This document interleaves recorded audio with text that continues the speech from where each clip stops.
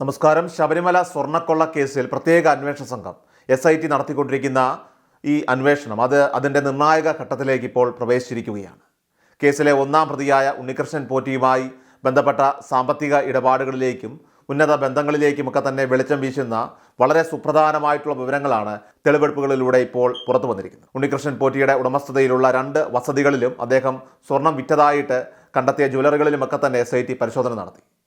പ്രതിയുടെ സാമ്പത്തിക സ്രോതസ്സുകളുടെ ദുരൂഹത നീക്കുന്നതിലും നഷ്ടപ്പെട്ട സ്വർണത്തിൻ്റെ പൂർണ്ണമായിട്ടുള്ള വീണ്ടെടുപ്പിലും അന്വേഷണ സംഘം ഇപ്പോഴും ശ്രദ്ധ കേന്ദ്രീകരിക്കുകയാണ്. നിലവിൽ പോറ്റിയുമായി നടത്തിയ തെളിവെടുപ്പിലാകട്ടെ 576 ഗ്രാം സ്വർണം പിടിച്ചെടുത്തെങ്കിലും മോഷണം പോയ സ്വർണത്തിൻ്റെ വലിയൊരു ഭാഗം ഇനിയും കണ്ടെത്താനുണ്ട്. പോറ്റിയുടെ വ്യക്തിപരമായിട്ടുള്ള ഭൂതകാലവും സാമ്പത്തിക കാര്യങ്ങളും സംബന്ധിച്ച് പുറത്തുവരുന്ന വിവരങ്ങൾ അവിശ്വസനീയമായതാണ്. വൻകിട പലിശ ഇടപാടുകൾ നടത്തിയിരുന്നതായിട്ടും അതോടൊപ്പം തന്നെ കോടിക്കണക്കിന് രൂപയുടെ റിയൽ എസ്റ്റേറ്റ് ഇടപാടുകൾക്കും നേതൃത്വം നൽകിയതായിട്ടും കണ്ടെത്തിയിട്ടുണ്ട്. പരിചയക്കാരിൽ നിന്ന് ചെറിയ തുകകൾ കടം വാങ്ങുന്ന സ്വഭാവം ഇദ്ദേഹത്തിനുണ്ടായിരുന്നു. എല്ലാവരുമായും ശാന്തമായും സൗഹൃദപരമായുമാണ് അദ്ദേഹം സംസാരിച്ചിരുന്നത്. 20 വർഷത്തിലേറെയായിട്ട് ശ്രീരാമപുരത്ത് താമസിക്കുന്ന പോറ്റിയെക്കുറിച്ച് അയൽക്കാർക്കോ പൊതുജനങ്ങൾക്കോ യാതൊരു സംശയവും ഉണ്ടായിരുന്നില്ല. ഈ വ്യക്തിയുടെ സാമ്പത്തിക വളർച്ചയുടെ വഴി എന്താണെന്നും ഈ വൻകിട ഇടപാടുകൾക്ക് ആവശ്യമായ പണം എവിടെ നിന്ന് ലഭിച്ചു എന്നതിനെക്കുറിച്ചുള്ള ചോദ്യങ്ങൾ ഇപ്പോഴും ദുരൂഹമായി തന്നെ തുടരുകയാണ്. പോറ്റിയുടെ വ്യക്തിപരമായിട്ടുള്ള ജീവിതത്തിലെ ചില സംഭവങ്ങളും ഇപ്പോൾ SITയുടെ അന്വേഷണ പരിധിയിൽ വന്നിരിക്കുകയാണ്. 2004 തൻ്റെ ആദ്യ ഭാര്യയുടെ അസ്വാഭാവിക മരണത്തെ തുടർന്നാണ് ഇദ്ദേഹം താമസിച്ചിരുന്ന വീടിൻ്റെ എതിർവശത്തുള്ള കോത്താരി മാൻഷൻ അപ്പാർട്ട്മെൻറ്റ് ഫ്ലാറ്റിലേക്ക് താമസം മാറിയത്. ഇതിനുശേഷമാണ് രണ്ടാമത്തെ വിവാഹം നടന്നത്. ആദ്യ ഭാര്യയുടെ മരണശേഷം പോറ്റിയെ ശ്രീരാമപുരം ക്ഷേത്രത്തിലെ ചുമതലകളിൽ നിന്ന് മാറ്റി നിർത്തിയിരുന്നു.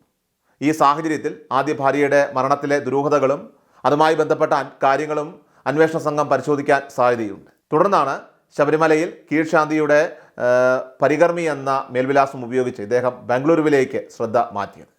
അവിടെ 2ാം ശബരിമല എന്നറിയപ്പെടുന്ന ജാലഹള്ളി അയ്യപ്പ ക്ഷേത്രത്തിലെ ശ്രീകോവിലിൻ്റെ വാതിലിൽ സ്വർണം പൂശിയതിനും ഇദ്ദേഹം നേതൃത്വം നൽകിയിരുന്നു. ബംഗളൂരു, ബെല്ലാരി, ചെന്നൈ എന്നിവിടങ്ങളിൽ കേന്ദ്രീകരിച്ചായിരുന്നു അന്വേഷണത്തിൻ്റെ ആദ്യഘട്ടം നടന്നത്. SP ശശീന്ദ്രൻ്റെ നേതൃത്വത്തിൽ പ്രത്യേക സംഘം 3 ദിവസമായിട്ട് ഈ നഗരങ്ങളിൽ തെളിവെടുപ്പ് നടത്തുകയാണ്. ബംഗളൂരുവിൽ ഉണ്ണികൃഷ്ണൻ പോറ്റി കോടിക്കണക്കിന് രൂപയുടെ റിയൽ എസ്റ്റേറ്റ് ഇടപാടുകൾ നടത്തിയതായിട്ടും SIT കണ്ടെത്തിയിട്ടുണ്ട്. ബംഗളൂരിലെ ശ്രീരാമപുരം ഫ്ളാറ്റിലും പുളിവാത്തുള്ള വീട്ടിലും നടത്തിയ പരിശോധനയിൽ 176 ഗ്രാം സ്വർണ്ണാഭരണങ്ങൾ, സ്വർണ്ണ നാണയങ്ങൾ, 2 ലക്ഷം രൂപ, ഭൂമി ഇടപാട് രേഖകൾ എന്നിവ പിടിച്ചെടുത്തിട്ടുണ്ട്. ബാംഗ്ലൂരിലും ചെന്നൈയിലുമായി സിനിമാ വ്യവസായ രംഗത്തെ ഉന്നതരുമായും പോറ്റിക്ക് ബന്ധങ്ങളുണ്ടായിരുന്നതായിട്ടും അന്വേഷണ സംഘം സ്ഥിരീകരിച്ചു. കൂടാതെ സ്വർണം വിറ്റ ബെല്ലാരിയിലെ സ്വർണ്ണ വ്യാപാരി ഗോവർദ്ധനെ ചോദ്യം ചെയ്യുകയും ഇരുവരും തമ്മിലുള്ള പണമിടപാടുകളുടെ രേഖകൾ കസ്റ്റഡിയിലെടുക്കുകയും ചെയ്തിട്ടുണ്ട്. തെളിവെടുപ്പ് പൂർത്തിയാക്കിയ അന്വേഷണ സംഘം ക്രൈംബ്രാഞ്ച് ആസ്ഥാനത്ത് തിരിച്ചെത്തിയിട്ടുണ്ട്. ഇനി അടുത്ത ഘട്ടം ഈ ശബരിമലയിൽ തെളിവെടുപ്പ് നടത്തിയതിനു ശേഷം 2ാം പ്രതിയായിട്ടുള്ള മൂരാരി ബാബുവിനെ കസ്റ്റഡിയിൽ വാങ്ങി ഉണ്ണികൃഷ്ണൻ പോറ്റിക്കൊപ്പം തന്നെ ചോദ്യം ചെയ്യുക എന്നതാണ്. ഇരുവരുടെയും മൊഴികളിൽ വൈരുദ്ധ്യങ്ങൾ ഉള്ളതിനാൽ തന്നെ ഗൂഢാലോചനയുടെ പൂർണ്ണമായ ചിത്രം ലഭിക്കുന്നതിനായിട്ട് സംയുക്ത ചോദ്യം ചെയ്യൽ അനിവാര്യമാണ്. പോറ്റിയുടെ കസ്റ്റഡി കാലാവധി 30-ാം തീയതി അവസാനിക്കും. കണ്ടെടുത്ത സ്വർണ്ണമടക്കം അന്വേഷണ പുരോഗതി റിപ്പോർട്ട് ഉടൻ തന്നെ കോടതിയിൽ സമർപ്പിക്കും.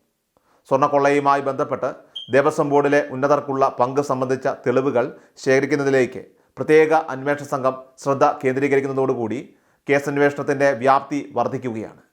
സ്വർണം വിറ്റതുമായി ബന്ധപ്പെട്ട നിർണായക വിവരങ്ങൾ SITക്ക് ഇതിനോടകം ലഭിച്ചു കഴിഞ്ഞു.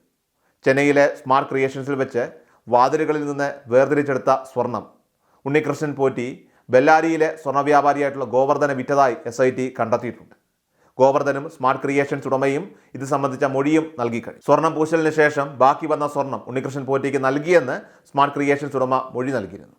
ഈ വിൽപ്പനയിലൂടെ ലഭിച്ച പണം പോറ്റി എങ്ങനെ ചിലവഴിച്ചു എന്നതിനെക്കുറിച്ചുള്ള വിവരങ്ങളും SIT ഇപ്പോൾ ശേഖരിച്ചിട്ടുണ്ട്.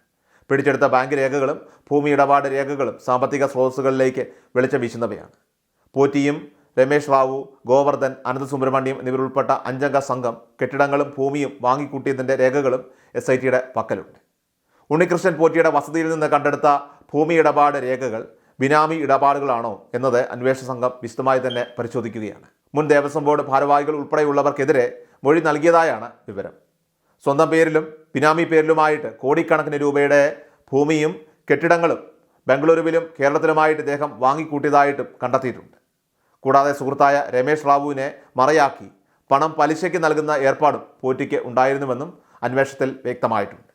ഈ വൻകിട ഇടപാടുകൾക്കും സ്വർണ്ണ വിൽപ്പനയിലൂടെ ലഭിച്ച പണം അത് എങ്ങനെ ചിലവഴിച്ചു എന്നതിനും പിന്നിൽ ഇപ്പോൾ ഉന്നത സ്വാധീനമുള്ള ഒരു ശൃംഖല പ്രവർത്തിച്ചിട്ടുണ്ടോ എന്ന സംശയമാണ് അന്വേഷണ സംഘത്തെ ദേവസ്വം ബോർഡ് ഭാരവാഹികളിലേക്കും മറ്റും അന്വേഷണം വ്യാപിപ്പിക്കാനായിട്ട് ഇപ്പോൾ പ്രേരിപ്പിച്ചിരിക്കുന്നത്. നിലവിൽ ശബരിമലയിലെ അയ്യപ്പൻ്റെ സ്വർണം മോഷ്ടിച്ച ഈ കേസ് ഒരു വ്യക്തിയിലോ 2 പേരിലോ ഒതുങ്ങുന്നതല്ല എന്ന നിഗമനത്തിലാണ് ഇപ്പോൾ അന്വേഷണ സംഘം. ഇതിന് പിന്നിൽ സുസജ്ജമായതും അതോടൊപ്പം തന്നെ ഉന്നത തലത്തിലുള്ളതുമായിട്ടുള്ള ഒരു വലിയ ഗൂഢാലോചന നടന്നിട്ടുണ്ട്. ഗോവർദ്ധൻ വെളിപ്പെടുത്തിയതുപോലെ പുതുക്കിപ്പണിത വാതിൽ അത് ചെന്നൈ, വിശാഖപട്ടണം ഉൾപ്പെടെയുള്ള നഗരങ്ങളിൽ എത്തിച്ച് പോറ്റി പൂജ നടത്തി പണം സമ്പാദിച്ചത് ഉൾപ്പെടെയുള്ള സാമ്പത്തിക നേട്ടങ്ങൾ ഈ കൊള്ളയുമായി ബന്ധപ്പെട്ടിരിക്കുകയാണ്. വിശ്വാസികളെയും പൊതുജനങ്ങളെയും കബളിപ്പിച്ച ഈ കുറ്റവാളികളെ എത്രയും പെട്ടെന്ന് നിയമത്തിന് മുന്നിൽ കൊണ്ടുവരാനും കുറ്റവാളികൾക്ക് അർഹമായിട്ടുള്ള ശിക്ഷ അത് ഉറപ്പുവരുത്താനും അന്വേഷണ സംഘം ശക്തമായ നടപടികൾ എടുക്കുമെന്നാണ് പൊതുസമൂഹവും വിശ്വാസികളും എല്ലാം തന്നെ ഇപ്പോൾ പ്രതീക്ഷിക്കുന്നത്.